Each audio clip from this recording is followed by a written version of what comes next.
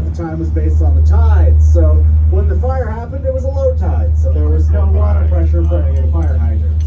90% of Seattle burnt down. There's only one casualty though, so this led to what was known as the underground Seattle, because when they decided to start rebuilding the buildings, they wanted to raise the level of the streets, because they used to be at very high tides, the streets would flood in downtown Seattle.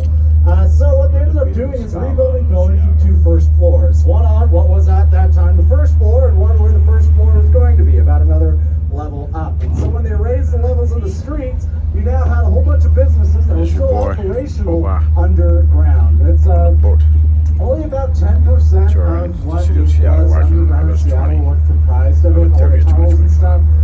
Currently publicly accessible through things like the different underground tours and the like.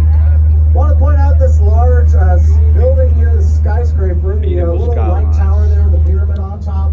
That was Seattle's first ever skyscraper, built in 1914, the Smith Tower.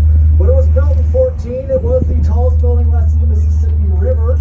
It was the tallest building on the west coast all the way from 1962 when the space